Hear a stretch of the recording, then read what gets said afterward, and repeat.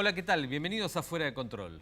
Los invito a que juntos descubramos quiénes son los responsables de los controles en nuestro país y si lo hacen de manera eficiente. Hoy vamos a hablar de un tema sobre el que se ha escrito mucho, se ha discutido, se ha debatido mucho, que es la década del 70, los famosos 70, tan politizados, con mucha militancia y más, pero vamos a hablarlo desde otro costado, desde gente que en aquella época obviamente fue testigo de todo el proceso político que se llevó adelante, pero quizás no estaba politizada en el sentido partidario, ni militando en alguno u otro sector, sino que eran testigos de aquello que ocurría.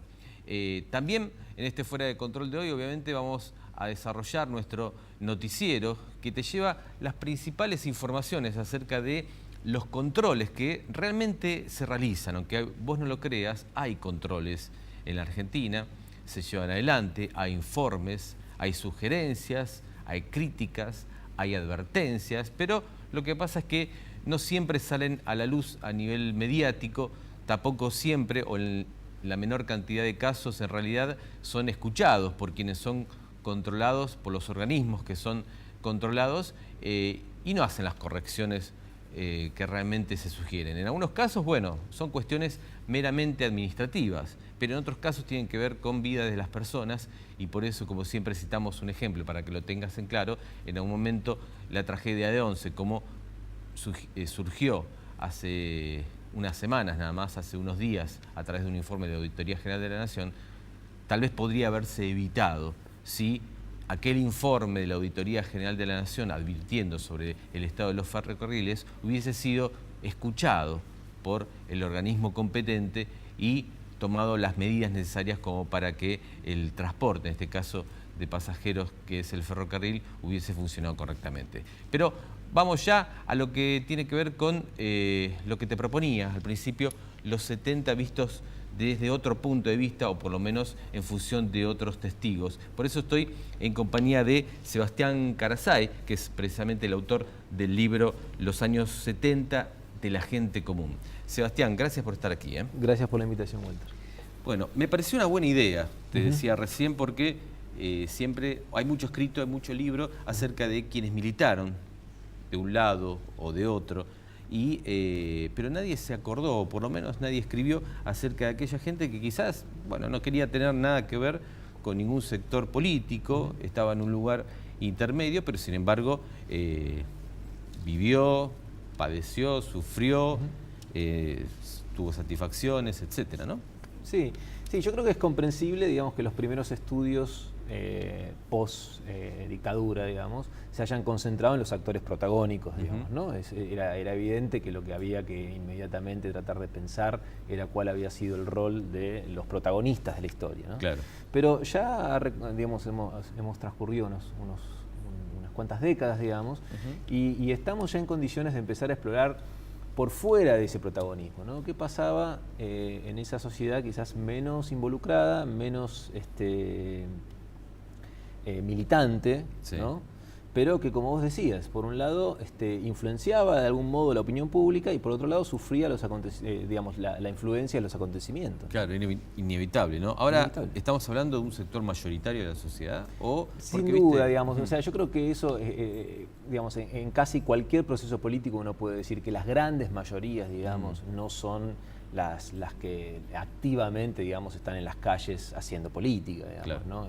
Sería también un poco irrisorio pretender que toda la sociedad, digamos, ¿no? El 100% de la sociedad, todas las generaciones, en todos los pueblos, en todas las ciudades, claro, activen. pero como siempre está el estereotipo de que en los 70 la sociedad estaba altamente politizada porque incluso estaba hasta de moda, es decir, cualquier joven militaba porque si no quedaba al margen del resto. Entonces, digamos, quizá el proceso involucró a mucha más gente que en otros momentos, ¿no? Sí, sin duda involucró a más gente que en otros momentos y por eso me parece que es muy importante establecer diferenciaciones, ¿no? O sea, la sociedad es heterogénea, las clases medias que yo estudio en el libro son heterogéneas y dentro de las clases medias hubo un sector que ha sido también muy estudiado que se volcó a la militancia política, ya sea vía la peronización o la izquierdización. pero esos sectores estaban fuertemente concentrados en las grandes ciudades, eran, digamos, sectores más bien de clase media y en la mayoría universitarios, digamos, ¿no? También hubo grupos de élites culturales que participaron, digamos, en la radicalización política, pero lo que trato yo de hacer en el libro es estudiar todos aquellos que no se vieron tentados, digamos, por la opción militante. Claro. Su pasividad, digamos, en cuanto a la militancia en esa época, ¿con qué encontraste que tenía que ver? ¿Con un desinterés? ¿Con algún miedo? No sé si ya desde ese entonces, o principio de la década de 70, obviamente al final eso era lo que pasaba, el famoso no te metas, ya, digamos, cundía, o eso es más una situación post-golpe de Estado. No. De hecho, el no te metas incluso como frase aparece en la prensa en los años 60, digamos, casi como una suerte de característica del ser argentino, digamos, ¿no? O sea, hay algunos columnistas que critican, digamos, esa suerte de indiferencia del argentino promedio respecto de la política. Claro. Así que eso es bastante previo, digamos. Yo diría, bueno, tiene que ver con cierta desconfianza en torno al mundo de la política, digamos, ¿no? O por lo menos uno de los ejes que uno puede seguir para entender por qué, digamos, esa distancia que mantuvieron de la militancia política es una desconfianza, yo diría, generalizada respecto de la clase política, incluso de la capacidad de la política para transformar de una manera, digamos, positiva la realidad cotidiana, ¿no? Es raro escuchar, porque uno está más acostumbrado quizás en esta época a escuchar opiniones, incluso opinar en ese sentido, el descreimiento de la clase política, pero digamos, novedoso que lo plantees, que ya en ese momento había un yo creo que uno eso, ¿no?, lo puede rastrear, y también se explica por la cantidad de frustraciones que los distintos regímenes políticos, digamos, ocasionaban, ¿no? Las interrupciones militares. Claro. Entonces, efectivamente, uno puede ver que en el periodo, digamos, 73-76, ¿no?, esa breve democracia interrumpida después por el golpe del 24 de marzo, bueno, ahí hubo un sector que se entusiasmó con el regreso de la democracia y que efectivamente pensó que las cosas podían llegar a cambiar para siempre, ¿no? Se van y nunca volverán. Claro. La idea de, bueno, se acabó el régimen militar. Pero hubo un sector, digamos, un poco menos entusiasta con ese proceso, ¿no?, que es el que no votó a Cámpora, digamos, claro, en marzo del 73. Claro. Y que vio todo ese periodo, sobre todo el final de ese periodo, o sea, el gobierno de Isabel con López Rega, digamos, y digamos, esa situación casi de guerra civil al interior del peronismo, digamos, ¿no?, entre facciones de izquierda y de derecha. Bueno, todo eso lo vio con el desánimo con el que, digamos, miraba esto que te decía recién del descrédito de la clase política, ¿no? Claro. El estudio que haces está focalizado en la clase media, ¿no? Está focalizado en las clases medias. Ahora, ¿uno qué podría decir de la clase media de los 70 en función a su participación? Porque hay una visión muy crítica, por lo general, de la participación de la clase media en distintas etapas políticas, distintos gobiernos y demás. ¿Cómo podrías caracterizar, en todo caso, a la clase media en los 70 en cuanto a su participación? Que se mantuvo pasiva, que su pasividad incluso fue militante, no en cuanto a la participación política, sino en cuanto a que los hijos, por ejemplo, o familiares no participaran. ¿Cómo la caracterizarías? Bueno, a ver, yo diría dos cosas. Por un lado, diferenciar, ¿no? Dentro de las clases medias había un sector que efectivamente militó y se comprometió políticamente, mucho más que por ahí la generación de sus padres. ¿Los más jóvenes eran? Los más jóvenes, sí, sin duda, de las generaciones más jóvenes, ¿no? Digamos, pero de eso mi libro no trata, digamos. O sea, eso está tangencialmente ahí presente, claro, pero el libro se concentra en las generaciones y en las personas, digamos, que no se involucraron en la política, ¿no? Y es cierto, hay una tendencia, digamos, bastante habitual a criticar, digamos, ¿no?, ese no involucramiento, esa indiferencia o lo que vos llamaste pasividad, digamos, de las clases medias. Yo trato de comprender qué es lo que hicieron, ¿no? Entonces, en todo caso, la crítica queda para el lector o para cada uno de nosotros. Obviamente, yo también tengo una posición crítica respecto de la clase media o respecto de cualquier otro sector social en la Argentina, digamos, ¿no? Pero ¿Y a qué te llevó? el libro trata de ofrecer argumentos que expliquen por qué hicieron lo que hicieron o por qué dejaron de hacer lo que dejaron de hacer. ¿A qué me llevó? Bueno, yo diría que hay algo fundamental, digamos, para explicar la actitud de esas clases medias un poco indiferentes o distantes de la militancia política en el 73-76, o sea, el periodo, digamos, democrático que se abre con Cámpora, que después sigue con Perón y luego con Isabel Perón. Y es que buena parte de esa clase media venía de una cultura política vinculada con el antiperonismo o por lo menos con el no peronismo, digamos, ¿no? Entonces, la apertura democrática del 73 es como que de alguna manera fue un baldazo de agua fría, porque pensaron que después de 20 años, ¿no? Del 55 al 73, casi 20 años de intentos de desperonización del país, ¿no? De cooptar a los sindicatos, en fin, distintos intentos por tratar de desperonizar el país, se abren las elecciones, se hacen elecciones libres, y el peronismo es el 50% del país. Claro, digamos, creían que el peronismo, digamos, ya tendía a la desaparición, a la reducción. O por lo menos la esperanza de un gobierno, digamos, no 100% digamos, peronista. Bueno, resulta que Cámpora gana y poco después gana Perón con más del 60%. ¿No? Entonces me parece que hay una actitud que yo describo en el libro como de resignación, ¿no? Como diciendo, bueno, hay que resignarse, este país es peronista, las mayorías. Y eso explica un poco para mí la distancia que tuvieron después del resto del proceso político, ¿no? De hecho, el 76 no fue un golpe, digamos, festejado en las calles, como si el del 55. El del 55 provocó manifestaciones multitudinarias, digamos, ¿no? Claro. Ahora el del 76 uno puede decir que había gente que lo vio con beneplácito, o gente que le produjo alguna clase de alivio respecto de que venía a poner orden, etcétera, pero no ocasionó, digamos, manifestaciones masivas celebrando el golpe, ¿no? Claro, o sea que, digamos, en cuanto al golpe, después de esa frustración a partir de, otra vez, la llegada del peronismo y de Perón al poder, uno podría decir que esa clase media acompañó al golpe o ahí estuvo muy dividido. Bueno, yo diría que hay sectores, ¿no? Hay sectores. Me parece que es un exceso decir que la clase media acompañó al golpe o que se opuso, digamos. Claramente, yo diría que en la oposición hubo muy pocas personas, digamos, ¿no? Porque sectores políticos, sectores de la sociedad civil, de distintos sectores sociales, no solamente las clases medias, vieron el golpe con la indiferencia con la que uno ve lo inevitable, digamos. O sea, esto tenía que pasar, iba a pasar, estaba cantado, digamos, ¿no? Yo hablé con muchas personas en el interior del país que me contaban que incluso en pueblos, digamos, que se hacían apuestas respecto, bueno, ¿cuándo cae? Para mí cae el viernes, para mí, o sea, era, bueno, va a pasar, digamos, ¿no? Así que yo diría que el golpe del 24 de marzo no introdujo una gran novedad, digamos, ¿no? Era algo que más o menos todos estaban esperando. Lo que sí fue una gran novedad y que la sociedad tardó muchísimo en saber era cuáles eran las consecuencias de ese golpe, ¿no?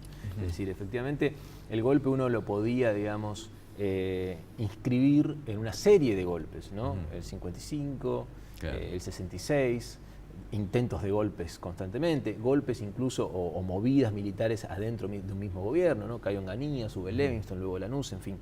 Esos movimientos militares, la sociedad estaba de alguna manera tristemente acostumbrada a que eso fuera moneda de todos los días. Ahora, lo que la sociedad tardó en descubrir es que el 76 era otra cosa, digamos. Claro. Y lo último, la verdad me quedaría hablando horas porque es un tema apasionante y bueno, seguramente se va a leer mucho tu libro. ¿Qué editorial es? Siglo XXI. Siglo XXI. Siglo XXI. Ya está en librería, sí. Perfecto. De alguna forma, ese sector, ese segmento de la sociedad de clase media que vos investigaste, ¿crees que se enteró, por lo menos, de lo que pasaba detrás de la acción de la dictadura militar, es decir, la represión y demás? ¿O como muchos crees que no se sabía, digamos, o mantuvieron esa pasividad conociendo el tema? ¿Pudiste...? Mira, digamos, cuánto se sabía o cuánto se desconocía es algo muy difícil de establecer, ¿no? Sobre todo si uno habla en términos nacionales, ¿no? Lo que yo trato de hacer en el libro es preguntarme, bueno, ¿qué se hizo con lo que se sabía, digamos? Porque algo se sabía. Claro. O sea, porque algunas noticias sabían, porque uno sabía que en Rosario o en Córdoba o en Buenos Aires estaba desapareciendo gente, o porque un vecino, o porque, en fin, digamos, noticias había, claro, ¿no? Lo que pasa es que eran noticias siempre recortadas, un poco falsamente comunicadas, ¿no? Tiroteos, claro, etcétera. Lo que yo trato de explorar en el libro es, bueno, ¿qué hizo la gente con esa información que tenía? Digamos, ¿no? O sea, ¿cómo explicarse? Bueno, fulanito no está. De ahí trato de desarrollar un argumento que es una relectura de las famosas máximas, algo habrá hecho, por algo será, ¿no? Claro. Que es la idea de que una parte de esa sociedad, sobre todo la parte peor informada, digamos, que no era poca, ¿no? Le atribuyó al Estado una suerte de saber oculto, ¿no? Casi omnisciente, ¿no? Claro. Entonces me parece que en esas máximas uno también puede leer la idea de que, bueno, el Estado debe saber por qué está haciendo, o sea, no puede ser esto, claro, digamos, solo es violencia y una violencia irracional, azarosa, arbitraria, digamos, ¿no? El Estado debe saber por qué hace lo que hace. Bien. Pero bueno, después, digamos, hacia el final de la dictadura y los primeros años de la democracia, la sociedad, digamos, me parece que hay un consenso muy grande en que el Estado se volvió realmente un aparato casi irracional, digamos. Claro. Muy interesante, la verdad, Sebastián. Gracias por tu presencia aquí en Fuera de Control y, bueno, la mejor de las suertes en la venta del libro y repercusión que pueda tener, ¿eh? Bueno, muchas gracias por la invitación. Sebastián Carasay, autor del libro Los años 70 de la gente común, una temática más que interesante para bueno, leer directamente y saber qué pasaba con aquella gente que de repente no militaba, que observaba, que era testigo en la famosa década del 70. En el próximo bloque vamos con nuestro noticiero Fuera de Control.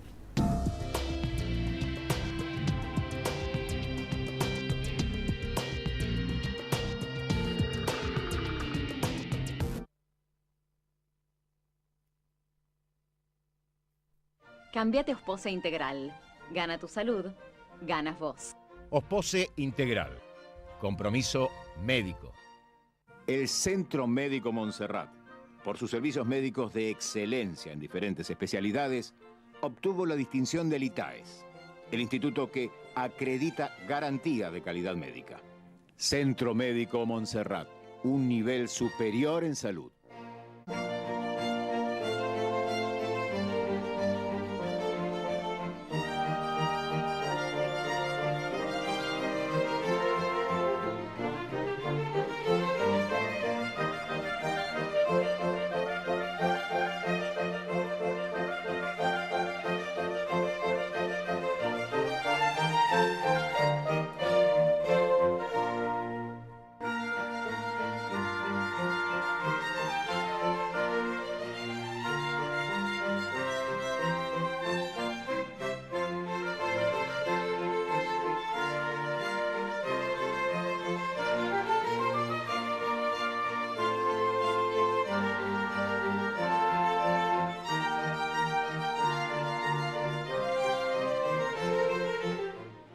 Desde hace 10 años en APOC tomamos la decisión de impulsar y apoyar el arte con fuerte contenido social, en el entendido que nos hace mejores personas, más solidarias y más sensibles.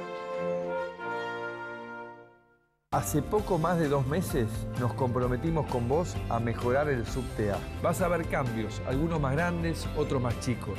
Juntos estamos trabajando para que cada día viajes mejor. Bienvenidos todos.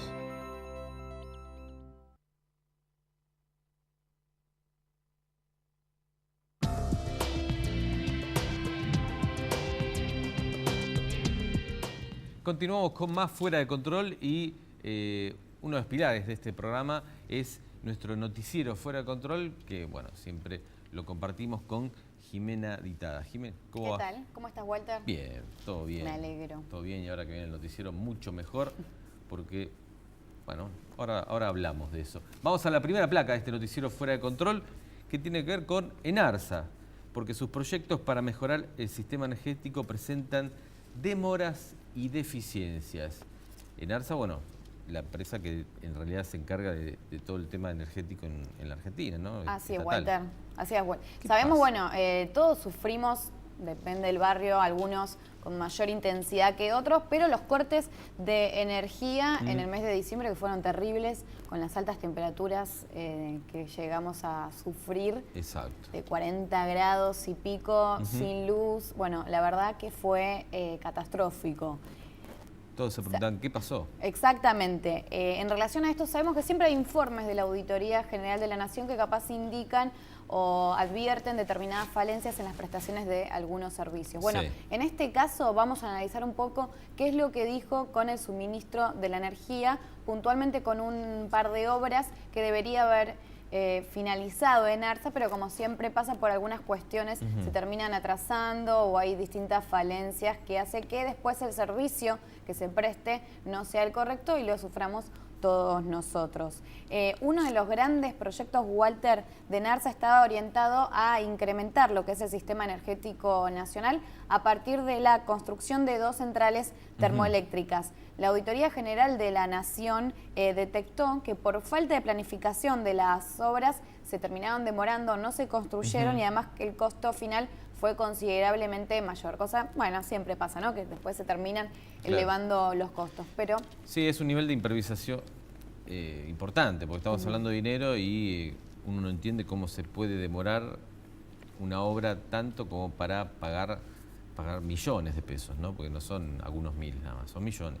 Y además, bueno, lo que era en realidad una posible solución a evitar estos tantos cortes de energía eran la construcción de estas 2 centrales. Estamos hablando de las que están ubicadas en Ensenada de Barragán y Brigadier López. Estos se adjudicaron en diciembre y septiembre de 2008 y tenían que estar terminadas para febrero de 2011. Ya pasaron 3 años. Exacto. De la fecha que tenían para finalizarse. Cuando la Auditoría General de la Nación, sabemos que, ¿qué hacen los auditores? Bueno, concurren al lugar, verifican, charlan, caminan con la gente que está ahí y después analizan qué se cumplió y qué no. Bueno, lo que encontraron es que las obras presentaban una demora considerable, obviamente, estaban previstas para febrero de 2011, no estaban ni siquiera terminada la mitad de las obras. Y además, bueno, se habían pasado ya más de 20 meses y presentaban también costos muchísimos más elevados a lo que se había planteado en el momento de la adjudicación y comienzo de obras. Claro, eso voy cuando hablo de improvisación, porque está claro, y el argumento utilizado siempre cuando hay cortes de luz o hay problemas de energía, es el crecimiento de consumo, más aire acondicionado. Perfecto, bueno, eso es válido en algún punto, pero cuando vos haces algo, es decir, apuntás a un crecimiento, estás todos los años diciendo que hay un crecimiento increíble o chino y no tomas los recaudos necesarios, es decir, la gente consume más, se gasta más electricidad, por ende tengo que dotar al sistema energético como para que no se produzcan este tipo de cortes. Entonces, a eso voy cuando hay un nivel de improvisación. Y bueno, consume más y bueno, y sí, saltaron los tapones. No es así. No es así porque, como siempre decimos, eso tampoco ayuda a transparentar el manejo de los fondos, porque estamos hablando que de un monto inicial de 1,5 millones se pasó a 2,5 millones casi, y sin obras ya tampoco finalizadas. Así que, bueno, la gente se debe estar preguntando qué es lo que pasó. Bueno, la Auditoría General de la Nación entonces plantea que se finalicen las obras y se transparente la ejecución de los fondos. Exactamente. Debería ser al revés porque, bueno, generalmente cuando las empresas demoran, si vos tenés pactado el precio y hay una demora por parte de la empresa es la que paga algún resarcimiento.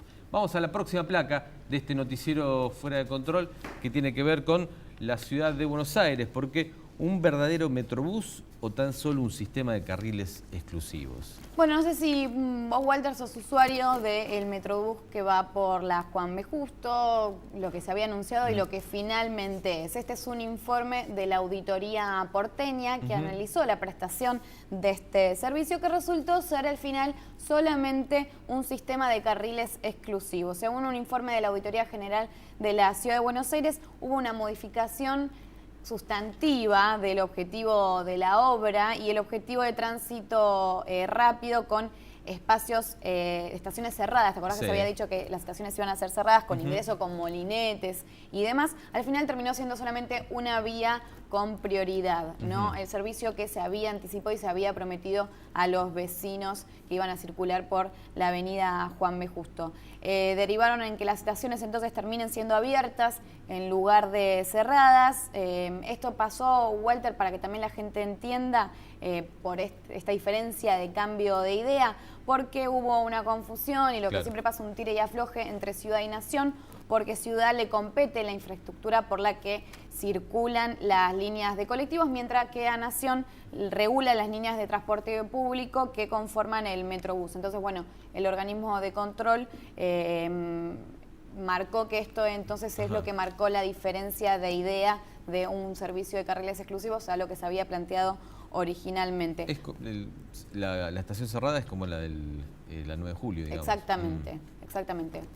Ellos habían dicho que esta era igualmente una prueba piloto, que después se iba a mejorar. Bueno, obviamente la prueba piloto la sufrieron los vecinos porque no terminó siendo el servicio que prometieron. Bueno, además, como pasó también en la auditoría que comentamos anteriormente, se elevaron los costos que se habían planteado desde el comienzo de obra, se contrataron trabajos extras porque hubo una sobrecarga de lo que se tenía que construir sobre la estructura del arroyo Maldonado, cosa que tampoco se previó. Según los auditores, no habían tenido en cuenta toda la obra que tenían que hacer sobre el arroyo. No hicieron tampoco un estudio de impacto sobre lo que tenían que ser ambiental, en cómo iba a influir estas obras en el arroyo Maldonado. Así que, bueno, bastantes falencias en lo que fue la construcción del Metrobús de la avenida Juan B. Justo. Esperemos que modifiquen esto en las próximas obras que planean hacer. Sí, porque convengamos que la experiencia del Metrobús se va a ir llevando incluso ahora al conurbano bonaerense, para unir capital con el conurbano. Entonces, bueno, de alguna forma son todas cuestiones a tener en cuenta, sobre todo el impacto ambiental, que a veces, no digo que sea en este caso, pero en muchos casos no se le da. Directamente es un tema que en varias auditorías está ausente. Directamente, bueno, se pasa por alto y después se dan cuenta de, o sea, deberíamos haber hecho esto porque impactó de alguna manera en el medio ambiente. Pero bueno, cuestiones a tener en cuenta. Si quieren estos informes los pueden ampliar en el auditor.info. Gracias, Jiménez. Nos volvemos a reencontrar el próximo martes. Y con ustedes también, el próximo martes nos volvemos a reencontrar en este Fuera de Control que, bueno, como te decía, en un primer momento abordamos el tema de la década del 70 desde una mirada distinta acerca de aquellos que no participaron, no militaron en un partido u otro, en un sector u otro, y también es una mirada, un foco hacia la clase media, tan, digamos, con muchas críticas, por lo menos desde algunos sectores que precisamente cuestionan el papel que tuvo la clase media en distintas décadas, con otros que dicen obviamente que tampoco la gente puede resolver directamente y cambiar la situación política de un país. Así que gracias por haber estado allí, nos volvemos a reencontrar el próximo martes aquí por Canal Metro.